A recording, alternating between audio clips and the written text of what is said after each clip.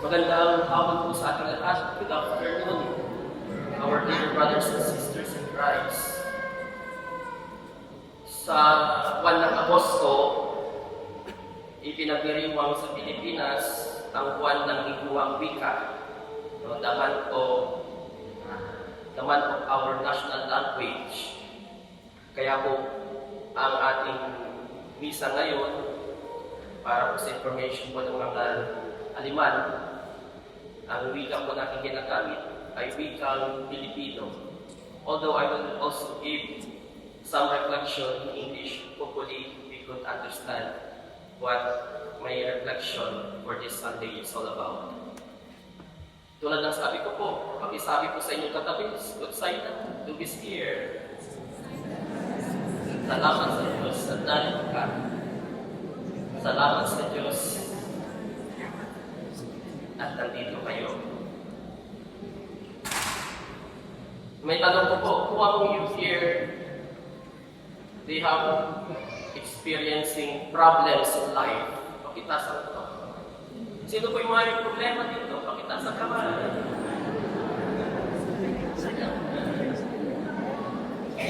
Lahat ng po.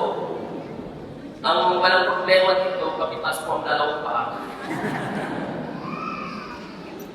All of us here, whether you go to the church or not, whether you believe in God or not, all of us here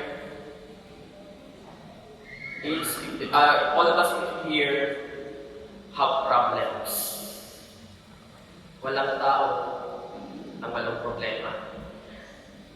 Pag wala ka ng problema, either patay ka na, or either nasiraan ka na ng pamilya.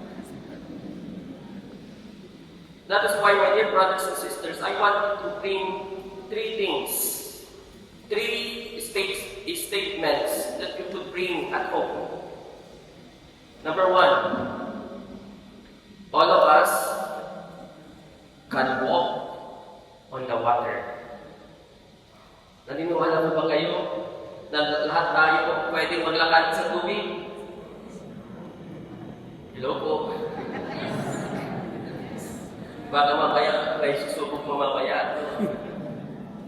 All of us can walk on the water. How, Father? I never experienced that. Baka ako panunod at sinubukan ko. But remind me, my dear brothers and sisters, Peter, in our gospel today, was able to walk on the water because God permitted it. God permitted it. Peter was able to walk on the water. Peter focused to Jesus. At first, they were afraid. Sino ba hindi matatakot pag ang nakita kung naglalakad sa ibabaw ng tubig at bumabagyo sa araw na iyon, sa oras na iyon? Of course, you will be terrified. Of course, you will be afraid. You will say, siguro, it is multo. Kasi hindi yan karaniwang tao ang pwedeng gumawa na makapaglakad sa tubig. They were terrified. Peter was the only one who said to Jesus, Lord, please allow me to walk also on the water. Jesus invited him, come, Peter, you can walk. At first, he had a focus to Jesus. His mind, his heart, his soul focused to Jesus. And the impossible became impossible because he had focused to Jesus. And Jesus permitted it. Kaya siya nakapaglakad sa ibabaw ng tubig. Then Peter became terrified when he experienced strong waves, strong wind, strong storms in life, nawala yung focus niya sa Diyos. and he began to sink. We might ask, bakit kaya hindi ako nakakapaglakad sa tubig? Tulad ni Peter. Why? Because sometimes, or most of the time, yung focus natin sa Diyos is not 100%. Sometimes, when we go to the Mass, we pray, but we go to the home, we go to our own homes. Our focus is not only God anymore.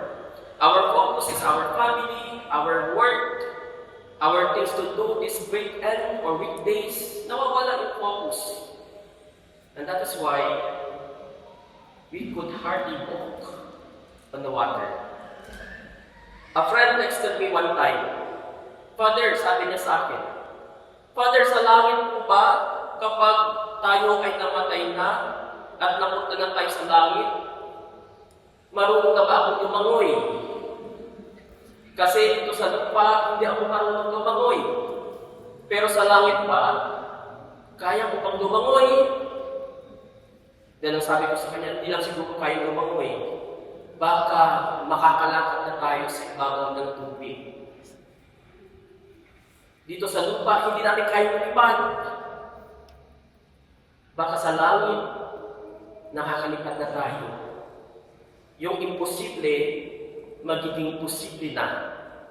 Because we had already focused to the Lord. Sa langit, when we go to heaven, and all of us, hopefully all of us here, will someday go to heaven. And in heaven, we could already walk on the water. Kaya pakisabi sa inyo sarili, makakalakad din ako sa tubig. Ingat po. I can walk on the water, but not this time, but in heaven. When my heart, when my soul, where my mind are already focused to the Lord, everything will become possible in heaven. That is the first statement that I could share to you. Ano po yung first statement natin? We can walk on the water. Second statement, there is always storms in our life. Kumakailan lamang, nag-message yung aking kapatid. Sabi niya sa akin, Kuya, baha na sa atin. Pinasukan na tayo ng tubig. Kasi yearly po sa lugar po namin, sa bahay po namin, yearly pagbuba natin, malakas ng hangin o malakas ng ulan, is talagang nababaha kami. Yearly po yan. All of us have experienced those things. All of us have storms in life. Storms are not only natural occurrences. Even in our lives, we can also experience a lot of storms. Storms is part of life. When storms of life, a true believer could profess, the Lord is my help, my God is my protection, and He is with me. I am safe because God protects me. Ganyan din po ba ang ating attitude?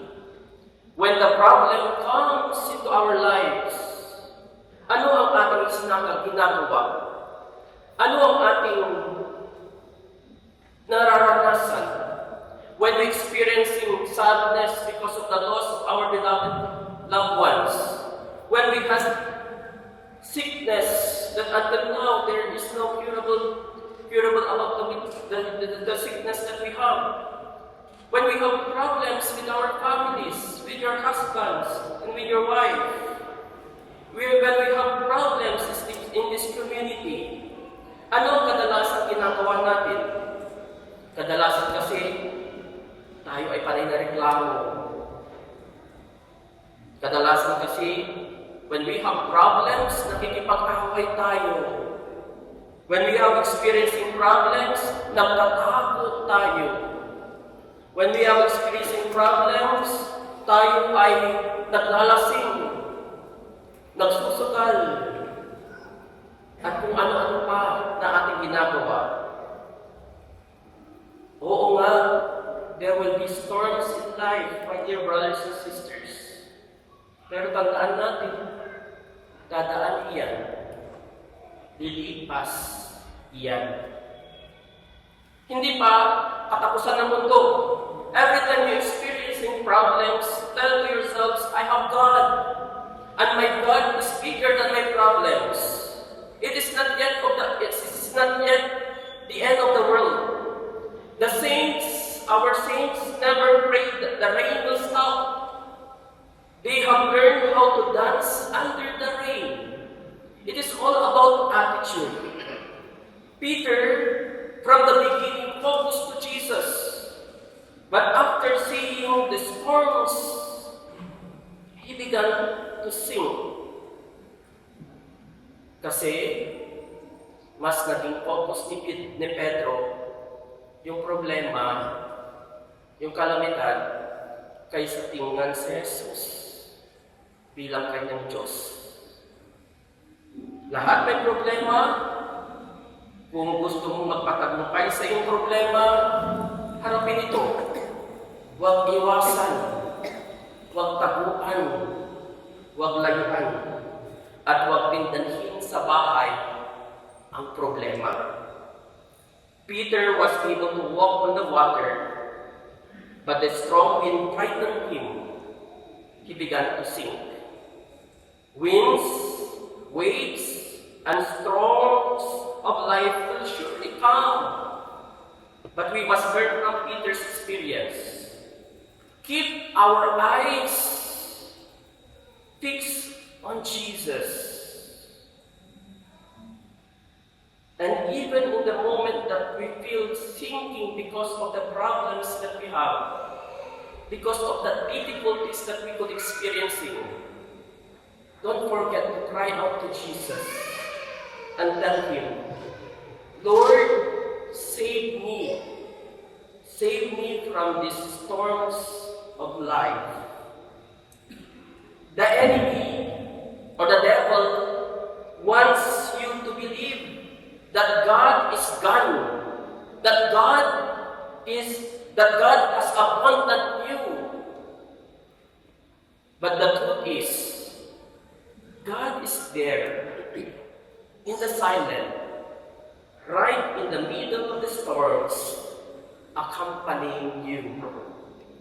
All you need to do, look at Him, focus at Him, so that you will not be sink. That is the second one. What is the second one that I would like to share? The second one is, all of us have storms in life. The third last statement is, God is in the silent, never in the noise of life. God speaks to us in the silent. In the first reading, we have heard this from the experience of Elijah. Elijah was frightened because he might be killed by the Queen Jezebel. No? Kaya siya ay nagtakot doon sa yungib, doon sa kuweba. Dumating ang lindol, dumating ang kulog, kidlat, dumating ang apoy. God was not there. Elijah did not see God in earthquake. He did not see God on the storms, or he did not see God in the fire. But when everything was gone, and there was silence, Elijah recognized God. In the silence, God speaks to us. Kasi ang problema natin, pag tayo ay may problema, laging nagsasalita, laging nagre-reklamo, laging nakikipag-away, laging nakikipagtalo. And kadalasan, in that way, we will never hear the voice of God. God is in the silence. Pag kayo ay nagsisigawan sa bahay dahil sa problema ng mag-asawa, kung kayo ay nagsisigawan sa ating komunidad, nagbabangayan, nagtatalo, huwag ninyong asahan ng tuon ng Diyos. Kasi sa ingay, wala at hindi maririnig ang Diyos. Kapag tayo ay marunong tumahimik sa gitna ng problema, naririnig natin ang Diyos na nagsasalita. God sometimes whisper so that we will move closer to hear Him. Maraming beses ng Diyos ay tumutulong sa atin para tayo ay mas kumapit sa Kanya. God will not speak to us in an earthquake. God will not speak to us in the storms of life. But He will surely assure us that He is there, accompanying us, helping us. All you need to do, remain silent, learn how to listen to the voice of the Lord. Yung takot kang manahimik, baka takot kang may marinig. Yung takot na manahimik, baka takot mong marinig ang boses ng Diyos, kaya ka nag-iingay, kaya ka nakikipagtalo, kaya ka gumagawa ng gulo. In the midst of the problems, in the midst of storms in life, learn how to silence, learn how to speak to the Lord, and learn how to listen to the voice of the Lord. Learn to be quiet, learn to listen, because God speaks in the silence, even in the midst of the storm.